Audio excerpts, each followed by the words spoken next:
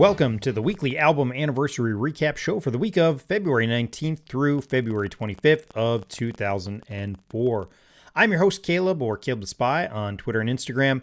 Every day on those social media sites, I post about what I call an album anniversary, or, it's just the anniversary of the album's release date. If I don't know the release date of an album, I just kind of pick an arbitrary date, try and find something close, or sometimes it's just totally a random date where I don't have a ton of other albums on the calendar.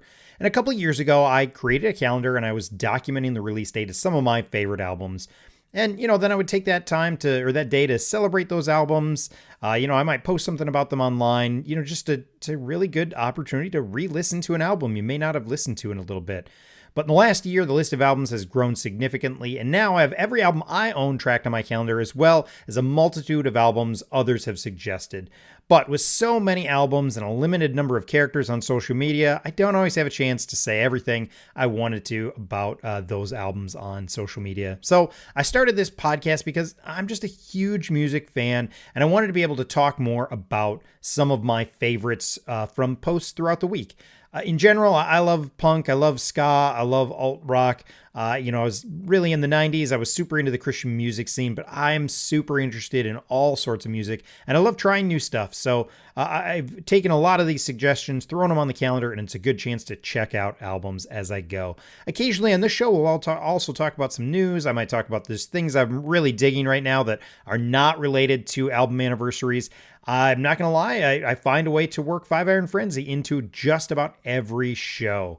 So, speaking of that, the 5 Iron Frenzy vinyl box set showed up this week. I was actually gone, so I didn't actually get to see it till yesterday, and let me tell you, it's beautiful. I am so excited. I've opened it up and looked at all the records and been poring over the liner notes. I'm really excited to listen to that this week, so I'm not going to lie.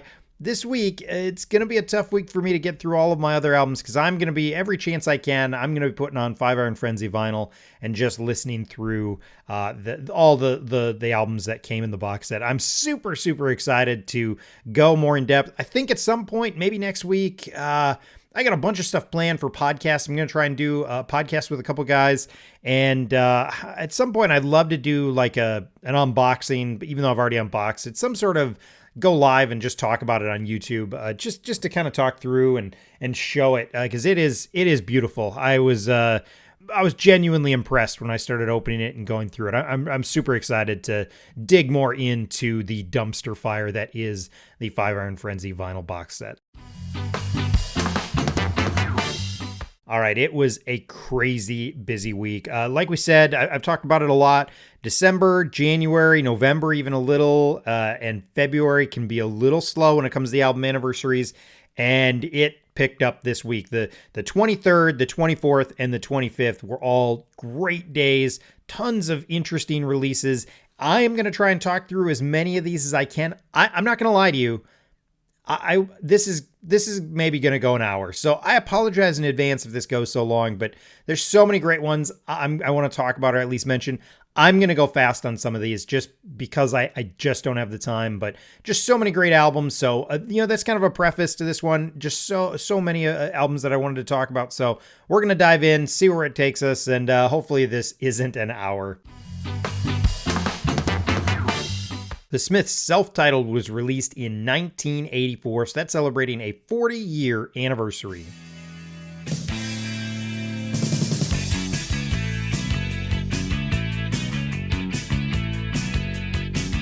As merry as the days were long, I was right and you were wrong.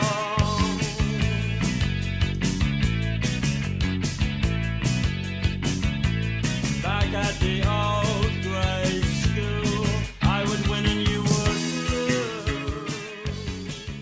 This album is going to make a lot of those, greatest albums of all time list.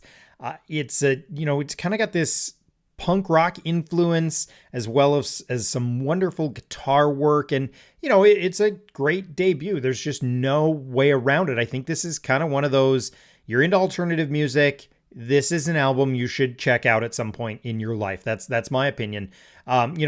I know there's some awkward politics that have maybe come into play with some of Morrissey more recently. I know that's out there. I'm going to try and do my best to kind of ignore some of that. And I just think this is one of those classic, I want to call this indie alt rock that just you need to go back and check them out. I think the Smiths are really important. Even if they're not always my thing, I still think they're kind of important, and I can totally dig this. Yeah, I think this is just one of those albums that you should check out at some point if you haven't. And there's a lot of bands that look up to the Smiths as kind of a benchmark that they try and reach. And I think it's just a wonderful mix of music. I can totally dig it. It's not something, again, I'm going to put on all the time. I'm just more into, kind of something that's a little more upbeat. In fact, my wife even noticed I was playing this while we were playing something. I was on vacation this week with the family. We were playing something and I was trying to keep up with the music. And so I put this on and my wife complained that it was just a little too dreary. So, it has that thing. You can't get away from it when it comes to the Smiths or, something like The Cure. But the Smiths self-titled 1984 for a 40-year anniversary. 1994 saw the release of Singin' Along with Skankin Pickle by Skankin Pickle. I got your picture, I like a million of mine myself. I want a doctor to take a picture so I can look at you from inside as well. You got me turning up, I'm turning down, I'm turning in, I'm turning round, I'm turning Japanese, I think I'm turning Japanese, I really think so. Turning Japanese, I think I'm turning Japanese, I really think so. Turning Japanese, I think I'm turning Japanese, I really think so. Turning Japanese, I think I'm turning Japanese, I really think so. Skankin Pickle was a ska band from the 90s. They were one of those kind of early bands that I think they really peaked and really kind of were out there before kind of the ska boom that happened in the 90s. And they're an odd group, I'm not going to lie. If you go back and listen to them without knowing that going into it, you're going to be thrown off. They don't sound a lot like kind of what the ska music that hit the mainstream later in the 90s. They took a lot of inspiration from groups like Fishbone that were just a little more off-center, that kind of combined a little more, I don't want to say heavy metal, but a little more punk, a little more kind of fusion, and just an odder mix of music to, release a very, very unique sound. They emphasized the DIY part of music. They would tour all over and they would do a lot of really cheap tours, and they would try and keep their music very, very accessible. They always wanted to do shows that, all ages shows. They wanted to try and keep their music available for everybody. And this was, their third album. They would end up doing one more album. This is my favorite album by the group. It ends up being number 31 on my all-time favorite albums list. And I'm not going to lie. They are weird. They're I'd say really weird. And, the first half of this album, they kind of tone that down and you see a little bit more pop flair. And I think Mike Park, he was the main guy on this group. Later in his career, he's shown a little bit more of that pop flair where he has, really been able to, kind of infuse more of that into some of his music. And here you start to see that kind of tracks 2 through 5. And I think that really shows. And I think that is what sets this album above. Their other ones are very silly. They're kind of all over the place. And that is what I think marks this as kind of the best Skankin Pickle album. This is purely ska in the sense that this album is super fun. They really, again, like I mentioned, they embraced the DIY ethos throughout all of their career. They worked on making their music accessible. And, whatever you want to say about this, and this is not for everyone, they are 1,000% authentic. That this was them. And for me, that's really important. I prefer that. I would prefer music that I know is authentically somebody, even if it may not be as quote unquote good. Because I don't love there's a lot of Christian bands that you can see that the record company has just come in and pushed a certain thing and kind of pushed something on people. And I really like that this was 100% them. You knew what you were getting with them and you knew it was them. They weren't going to be pushed around by anybody else. They were doing their own thing. They, had started their own record label so they could really, really go out and do that. And, yes, this is weird, but for me, that's one of the things that makes ska, and especially 90s ska, actually really, really endearing. us ska fans embrace the weird. We are, I'm not a band kid, but it's the band kids, it's the nerds, it's the kids who didn't really fit in and didn't even really feel like they fit into the punk scene. There's nobody trying to act tough. They are just embracing how weird they are, and they're just okay with it. They're not trying to impress anybody. And this is the thing that I think Skankin Pickle did as well as anybody. They seem to bring in all those band kids, but they also seem to have enough kind of authenticity to bring in the punks and the hardcore kids, and everybody would get into the pit. They would get going, and you would just see this explosion of energy around them. And this album does it. There's just so many great songs on this album, especially the first half. The one it's known for, it's got a Margaret Cho song on it. I'm in Love with a Girl Named Spike. Turn in Japanese. There's a song all in Korean. $13,000 is a lot of food. So many great songs on this album. Absolutely great. Again, if you're into ska and you haven't checked out Skankin Pickle, I don't know if you're actually into ska. No, I'm kidding. That was mean. You got to take it in for what it is. It's weird, but remember, this is for the weird kids. This is for the kids who don't feel like they can fit in, and they did it. And if you would go to their shows, you'd see punk kids, you see hardcore kids, you see band kids, you'd see the nerds all together getting down with this band, and that is incredible. I think that is endearing, and that is worth checking out, in my opinion. All right, the next two albums I'm going to talk about, when I was doing this, I had noticed I was saying a lot of negative things. I don't actually feel that negative about either of these albums, so, take that with a grain of salt. 1999 saw the release of Chase the Sun by the Supertones, so that is celebrating a 24-year anniversary. I wanna do the right thing. I wanna be the sure shot. I wanna have my mind straight. I wanna have my point guard. I wanna be a good man. I wanna have my act down. I wanna be the future. And I wanna be right now. Sometimes I feel like I could change the world, but I don't know where to start. I dig and come up empty, clutching an empty heart.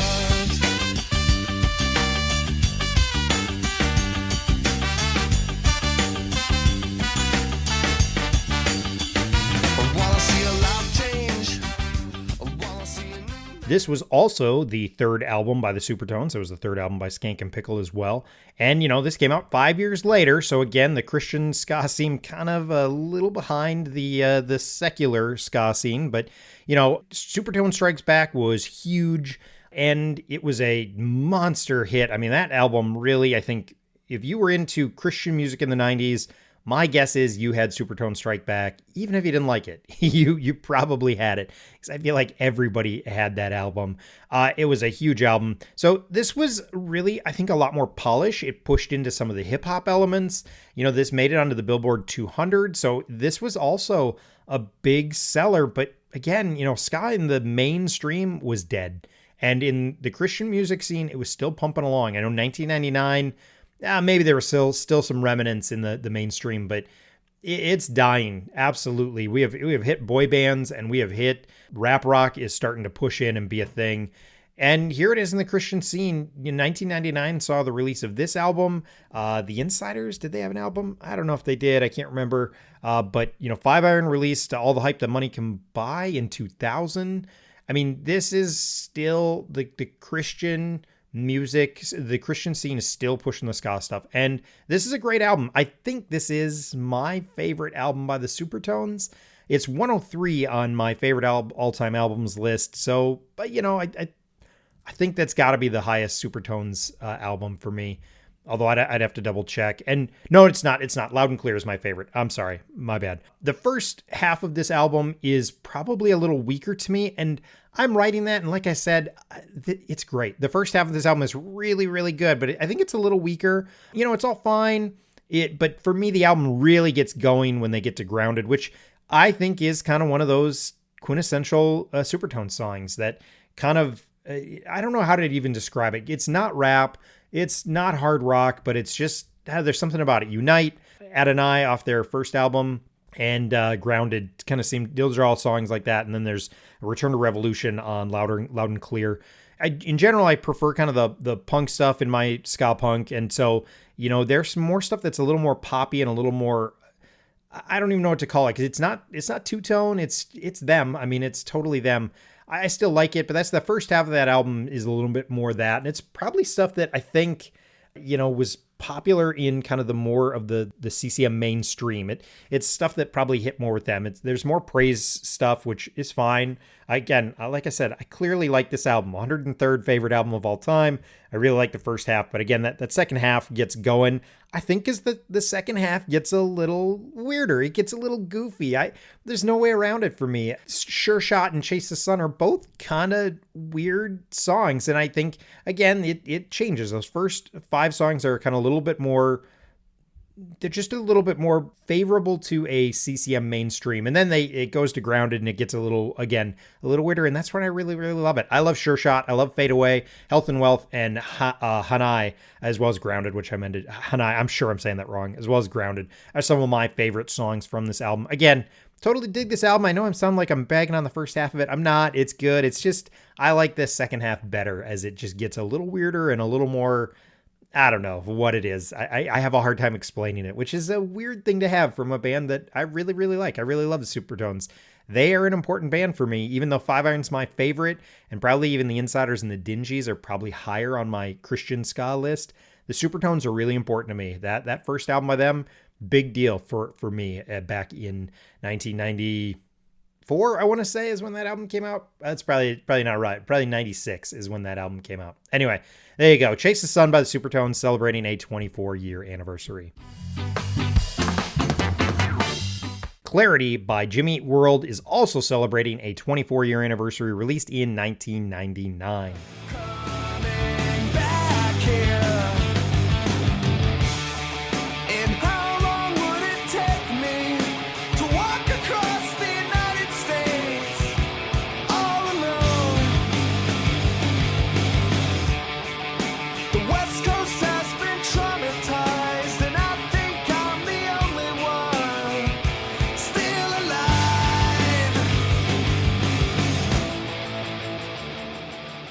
So this was also their third album. I don't know, we're on a roll here with third albums.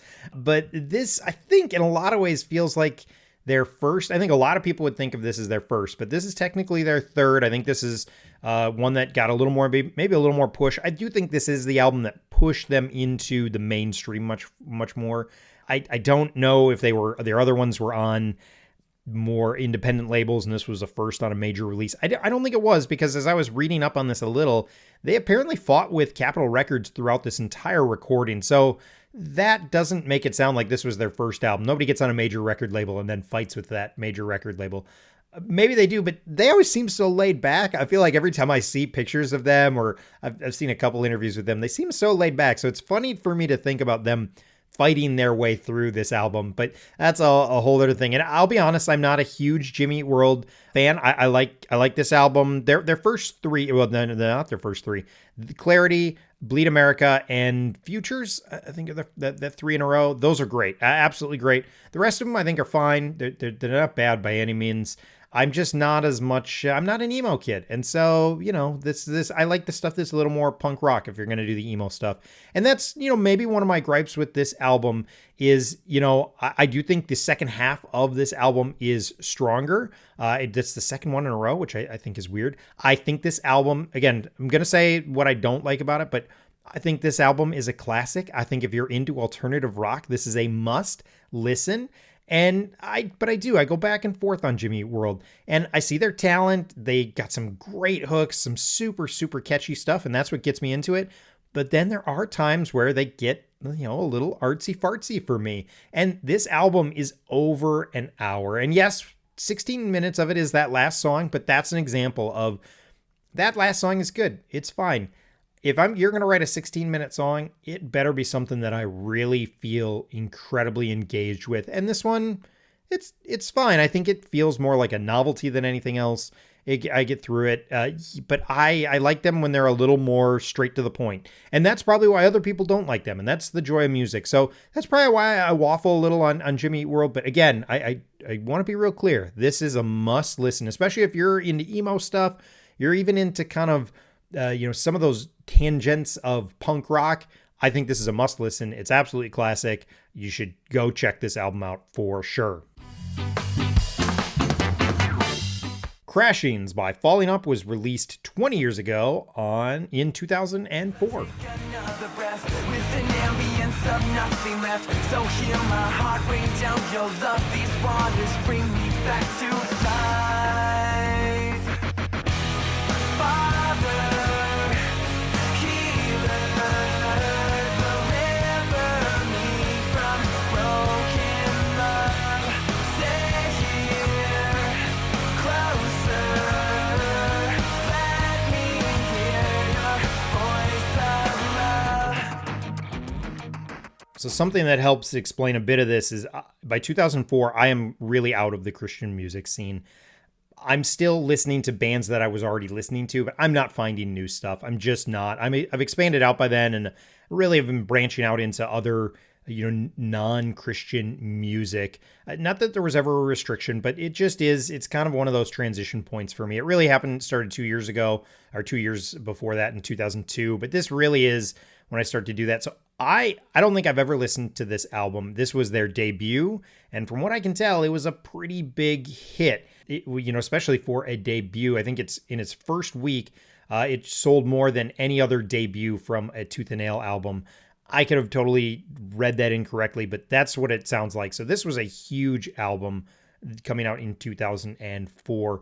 And again, I had never really heard it up until this point. So that kind of shows you my connection with this album, or really my lack of connection with this album.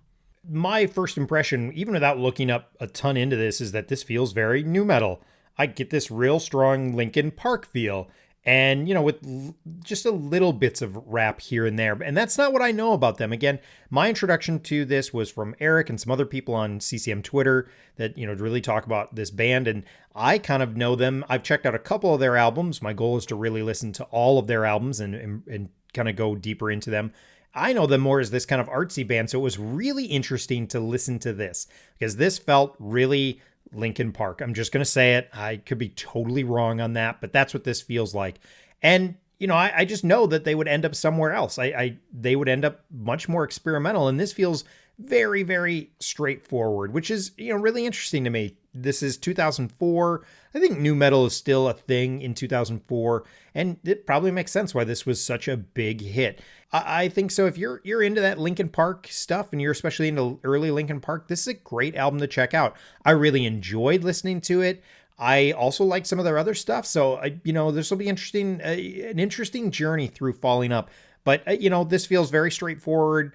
And, right to the point, this kind of nu metal, and I don't know if that's the right description of what Linkin Park is, but feels a lot of Linkin Park. And I did look it up afterwards, and I was kind of reading around about it, and I was not alone in that Linkin Park comparison. So it made me feel slightly validated. So there you go. Crashings by Falling Up. I think this is if you're into nu metal stuff, this is absolutely a great band to go check out. And again, if you want to go on a musical journey, I think they go a lot of really, really interesting places throughout their career. So this is just a starting spot. It's just a debut, and it's going to be fun to kind of track through where they go.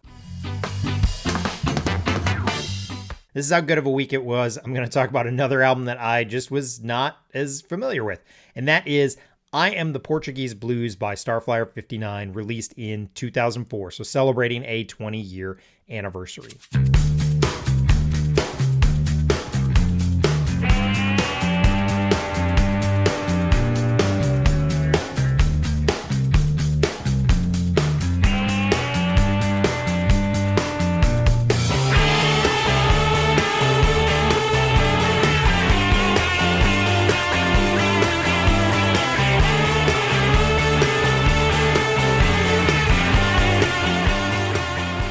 Starflyer 59, I know they're great. I was introduced to them in the 90s. I just didn't connect with the shoegaze stuff. And so I think I owned those first two albums, though I don't own them anymore, which is kind of a disappointment to know I had silver and gold, or gold and silver. I don't know the order. And I let them go. I've tried to kind of go back to them a bit. And so, this is definitely a band I respect. And I like that there's a lot of variety in their music.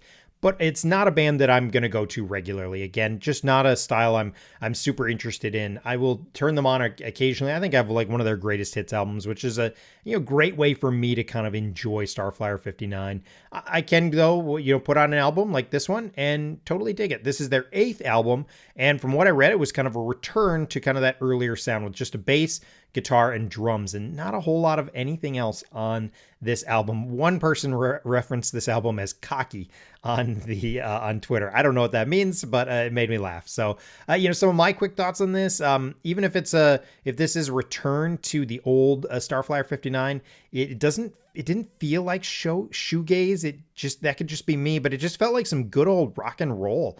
I think it just has some great rock and roll songs on it. It sounds like something that could be played in a basement or, in a garage. And, this was a really great listen. And I would argue that this might be this is my take. And I've listened to a fair amount of Starflyer 59. I am by no means a Starflyer 59 expert. This feels really accessible. This might actually be a good place to dive in. With a band that has produced so many albums and such a variety of sounds, this might actually be a good place to jump in and then go back and sample some of those other things that they've done.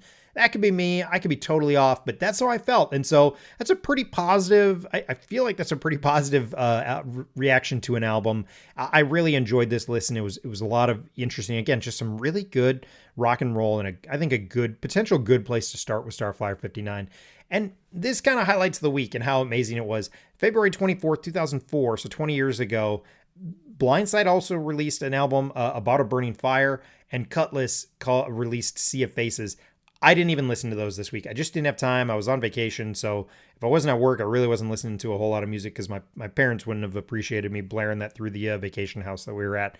So I didn't even get to those, but I mean, what a great day 20 years ago. If you're into kind of, alternative rock and Christian music, just some really, really interesting albums that came out. And this starts to highlight how amazing this week was.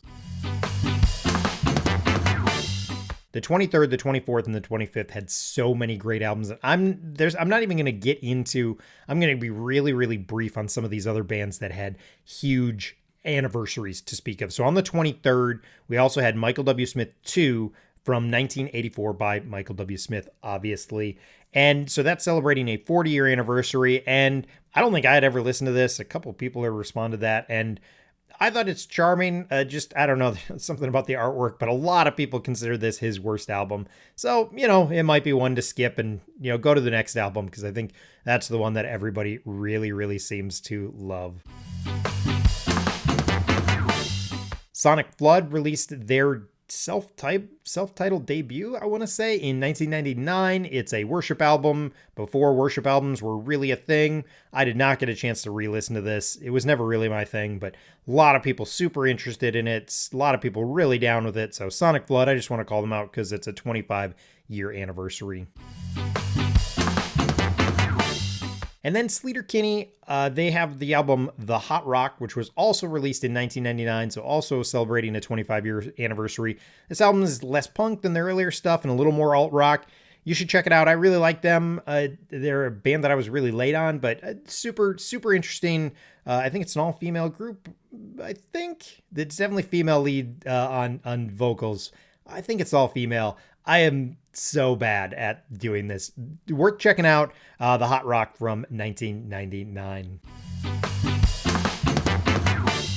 Those are all the albums that I could get to that were celebrating big anniversaries, but so many others came out this week. I am going to try and blaze through so many of these because I'm not going to lie, some of these are some of my favorite albums to come out. And I'm looking at my notes and I don't even have notes on all of these because there was just so many good ones. And it was a really busy week. Again, I was working while on vacation to try and fit in some hours. So this is going to be a little bit of a hot mess. And just so we're clear, yes, I'm mad at myself for using the phrase hot mess. Dinosaur Jr. Green Mind, released in 1991. I like this album. I like that The Wagon, the first song on the album, just comes out and just gets right into it. It's a great opening. I don't know what it is, but it just opens great. The Wagon is also I think it's one of their best songs. Staring at the Rude Boys, the British ska revival from 1979 to 1989. was released in 2021. That was a lot of dates. This is great if you like the history, if you want to know more about the history of ska. Great compilation, totally worth checking out. Staring at the Rude Boys, the British ska revival from 1979 to 1989. So 2 albums that absolutely made my Twitter blow up this week were Audio Adrenaline's Bloom from 1996, which was also released on the same day as the Newsboys' Take Me to Your Real Leader. So both released on the same day in 1996. All right, I'm going to say some things that people are not probably going to like. I'm going to talk about the one I didn't like first so I can hopefully win people back. I've never been an Audio Adrenaline fan. I think I had it's not even their first album. The one that has We're a Band on it. I had that one.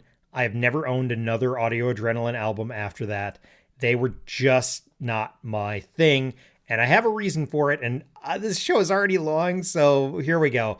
I feel like they were always kind of, as a kid who always felt a little weird and a little alternative and a little like you didn't fit in, I always felt like they were kind of this weird group that was trying to be alternative, and maybe that's how they were being marketed, but they're really not. They're really just kind of a little bit more straightforward. And I don't know, that always bugged me. Again, I really value authenticity, and that maybe is kind of always bugged me about them. Now, I will say, I don't actually know them, and that's a feeling, that's a gut feeling. It may be wrong. It totally is fair. And I'm not saying you shouldn't like them, but I just have never really been an Audio Adrenaline fan. And this album, I'll be real honest, like the second half of it is not good. I know some people talked about a couple songs on the back half. I don't think it's very good. Man of God is super corny in my opinion. I was kind of giggling throughout that song. I don't know what it was. And then the vocals at the beginning of Gloryland, I think they're really not great. And it's just not that good of a song. And, that's my take on Audio Adrenaline and on this album, Bloom. I know people were super excited about it, so I'm sorry. I'm not meaning to bag on it. There's a couple good songs on it. They clearly know how to write some catchy songs, but Audio Adrenaline's just never been it for me. And I think it is partially that kind of, they were marketed as this alternative band, and I just don't know how alternative they really were. And it just felt like a bit of a marketing ploy by some Christian music company. And that's probably super cynical of me. I'm not going to lie. I can see that being the problem, because there are tons of people who totally connected with this, and that's a good thing. And from what I can tell, they always seemed like a group of, fairly nice guys. I don't think they, I don't know. I don't know them, but yeah, that's always been something that's kind of rubbed me wrong about Audio Adrenaline. And yeah, I don't even buy this album when it came out, and I re-listened to it this week because I knew it was going to be a big one on Twitter, and it was. Holy cow, people love that. So there you go. The other album, though, that came out in 1996, Take Me to Your Leader by the Newsboys. The flip side of this is I love this album. I still love it. I think it might be on my top 150 albums list, but I didn't write it down, which is so embarrassing. Hold on, let's check.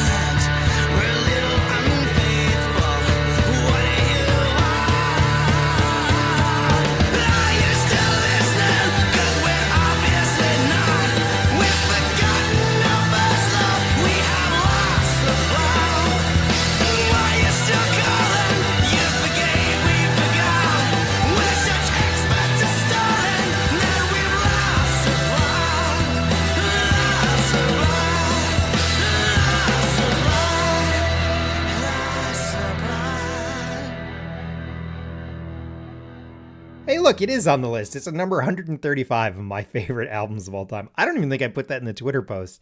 Failure on my part.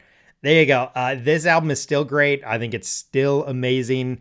I don't think there's really a bad song on it. I know Breakfast is not great theologically, and that song at this point does rub me just a little bit wrong, but that doesn't rub me wrong. I can totally understand why people are not into it, but this album is great, and I agree. Somebody put out that, Lost the Plot is one of the greatest Christian music songs ever. I totally agree. That song just makes me feel emotional. I can't even really tell you what it's about, I guess, which is maybe my bad, but there's something truly great about that song. And yeah, this is peak Newsboys. This is the best they ever were, in my opinion. I don't think they ever got better than this, and I don't think they were better than this before. I think it's a bummer that John James was let go from the group. And yeah, this is an absolutely great album. This is Steve Taylor's, some of his best work too, in my opinion, because he wrote a lot of the lyrics on this album. So that's the other one that blew up my tweet stream, my Twitter, however you want to say it. It was absolutely great to hear people talking about that album. So there's the difference. Audio Adrenaline, not so much. Take Me to Your Leader by the Newsboys. I can still totally dig that album. All right, some more ska stuff. Sorry for those who are not interested in it, but I love it. 2 albums by the Chinkies, and this is a Mike Park-led group. It's an all-Asian group. All the members are Asian, led by Mike Park from Skankin Pickle, from the Bruce Lee Band, from Asian Man Records. So one of these albums is a split EP with the Lawrence Arms. They are a punk band. It's called Present Day Memories. It was released in 2001, and I really like both these groups, and so this is a great little split EP. It's really a good introduction to both of them. And then 1998 saw the release of The Chinkies Are Coming. That's their debut. Really, really great, in my opinion. Asian Prodigy is a song that stands out, and Human Race is a killer song released in 1998. I love The Chinkies. A little more groove on their ska punk, a little less on the punk, a little more on the groovy ska. I think that's how I would describe them, although they still got some pretty strong punk rock. And the Lawrence Arms are really good too. So this is a couple of really great things out. Present Day Memories and The Chinkies Are Coming. 2 albums by Justin McRoberts were celebrated this week. And these are my 2 favorite albums by Justin McRoberts. So I'm going to slow down just a little bit and talk about these. Number 1 is Deconstruction, released in 2008. Again, before Deconstruction was cool. And I both won and lost. You see, the question isn't, are you gonna suffer anymore? But what will it have meant when you were through? And the question isn't, are you gonna die? You're gonna die. Will you be done living when you do? I mean, I guess that's if you think Deconstruction is cool. Anyway, this is number 79 on my favorite all-time albums list. Done Living is a song to live your life by, in my opinion. And if you like that singer-songwriter, but you don't love the Nashville sound on some of it, this is the guy to check out, because I think that's what I would describe him as singer-songwriter without the Nashville influence. And I think Justin McRoberts is absolutely great. The other album that was released throughout the week, or that I celebrated, I think it was actually released this week, is Through Songs, I Was First Undone. And this is number 101 on my all-time favorite album list. And this is all covers. It's super fun.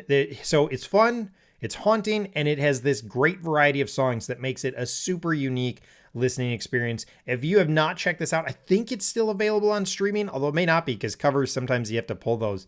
But this is a great collection. I'm so thankful he put this album out, because it's still a really, really good listen. And those are my 2 favorite Justin McRoberts albums, released 2 years apart, one in 2008, and then Through Songs, I Was First Undone came out, I believe, in 2010. I don't have it in my notes. So, oh yeah, there it is. 2 years later, he released that album. So just two of my favorite Justin McRoberts albums came out, and were both celebrated this week.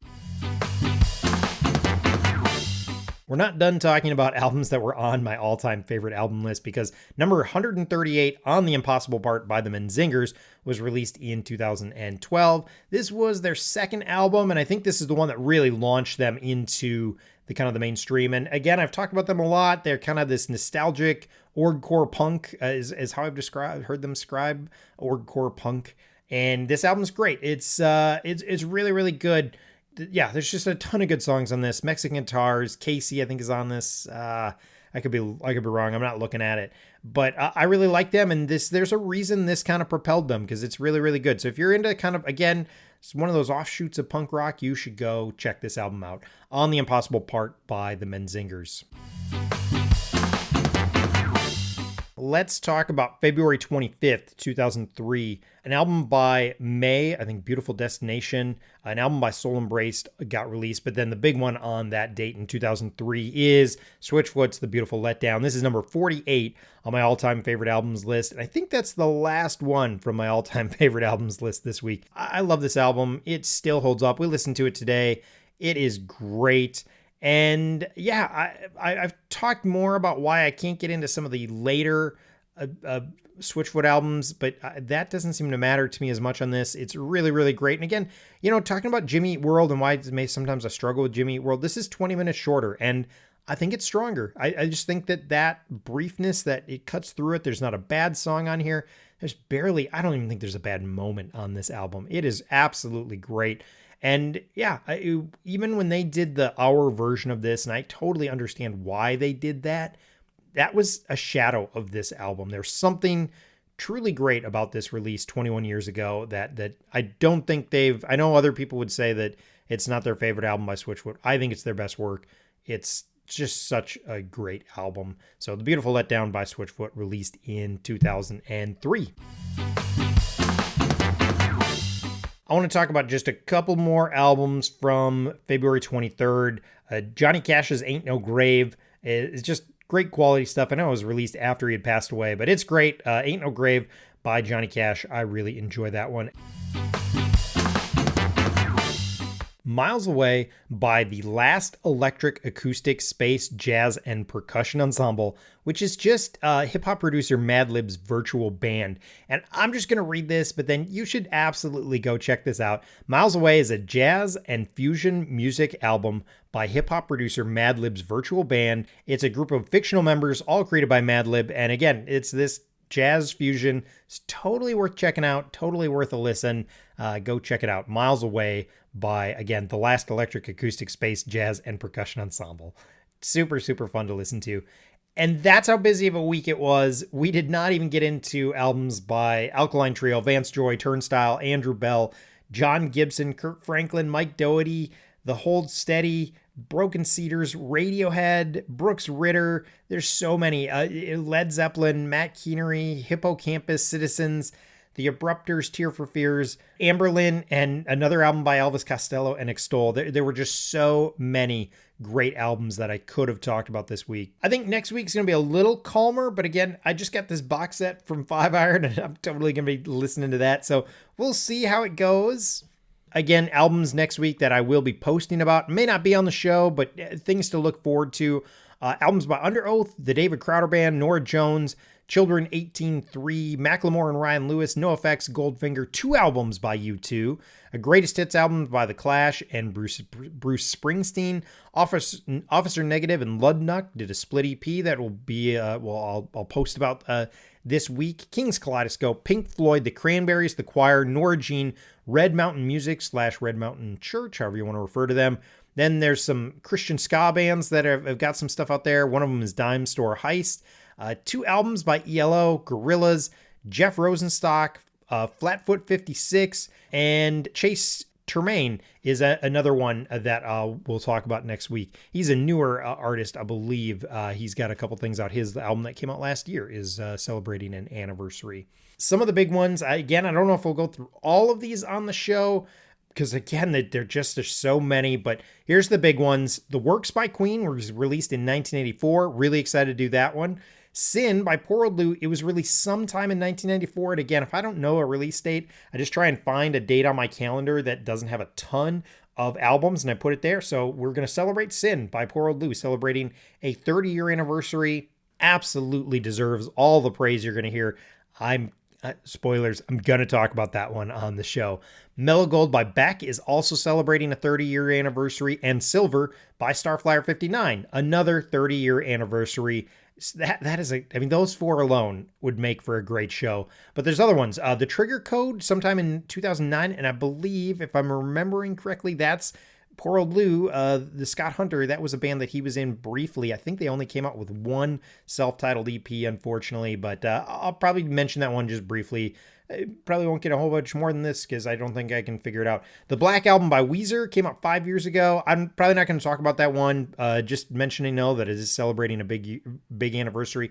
And then there's a group that is called Union, is also a 5-year anniversary, I believe, came out in 2019. And then I mentioned the Christian ska. I love ska music. I refer to myself on Twitter as the caretaker of Christian ska. There are 3 other, I already mentioned Dime Store Heist, so there's 3 other ones that I have on the calendar for next week. They're all celebrating bigger anniversaries. One is Please Don't Reveal the Ending. That's an album by the A Billion Ernies, and that was released sometime in 2004. So that's a 20-year anniversary. A Billion Ernies are kind of Christian. I don't know if they would call themselves that anymore. They're kind of faith tangential at some point. So we'll talk about them. Poison Gases for the Masses by Adam Bender was released in 2009. So that's a 15-year anniversary. And again, that's another one that I believe they have kind of connections with Christian. They were on both of those were on the Ska Lives compilations that came out. So that's why I kind of call them Christian, although, kind of maybe connected to faith stuff. And then Skamikaze, Big Gulp, released in 2009 as well. And that is, again, celebrating a 15-year anniversary. So those are some of the albums for next week. And you can tell that this is just going to get busier and busier. I'm going to have to cut some out. I don't know what we're going to do, but, that is what it is. It makes the show more fun when I've got lots and lots of stuff to talk about. I'm not gonna lie. There was a couple points in January where I'd look at the week and kind of go, "What am I going to talk about?" Now I have the flip side of I might not have a ton of time to talk about Mellow Gold by Beck, which is totally an album that I should talk about because great album, 1994, 30-year anniversary. Totally should talk about it. So anyway, we'll still try and figure this out. I'll take feedback. If anybody's still listening at this point, I'll totally take feedback on what to do. And people don't have to listen. You can probably listen to this at 1.5 speed. You probably still get the same sort of level of enjoyment out of it. So there you go. That is the show for the week. The music that you hear at the beginning and the end of the show is the instrumental version of Sing It Out at Street Level by Peg and the Rejected. I say this every week, but Peg and the Rejected is just members of the Dingies who are focused on ska tunes in one of their many incarnations. Thanks so much for joining me this week. Let me know what you think. What did I get right? What did I get wrong? What were your favorites from this week? Why am I wrong about Audio Adrenaline? I know that's going to be the take that a lot of people are not going to agree with. I get it. I'm the problem. That's fine. You can find me on Twitter at Caleb the Spy with no spaces. I'm also on Instagram at Caleb the Spy with underscores in between those words. And you can always email me at calebthespypodcast@gmail.com. No spaces or underscores in that. If there are albums that should be on my calendar, let me know. Let me know that they're worth celebrating. I try and keep up with a couple other people who do these sorts of album anniversaries and add stuff when I can. But, let me know. I'm not going to lie. Some of the big ones from this week were some of those metalcore ones that I'm not interested in metalcore. It's just not my thing. So those suggestions, keep the calendar coming. They keep those sorts of posts coming. So I'll always take those suggestions. And, if an album's worth celebrating because people are into it, it's worth celebrating, even if I'm not into it. So please subscribe, share the podcast. If you're so inclined, leave a rating or review.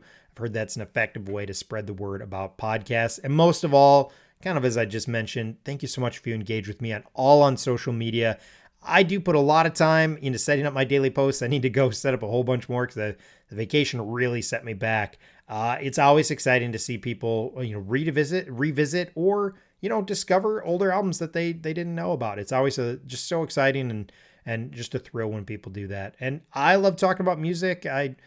Somebody on Facebook commented after I'd posted something that I should run a radio show or something, and I wish I could.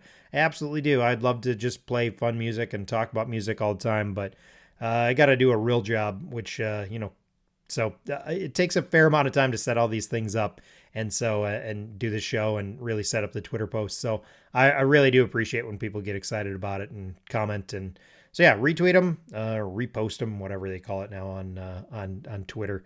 So yeah, that's it. Thanks again for listening to any or all of this show, and I'll talk to you next week, and maybe it won't be as long. Let's hope, huh?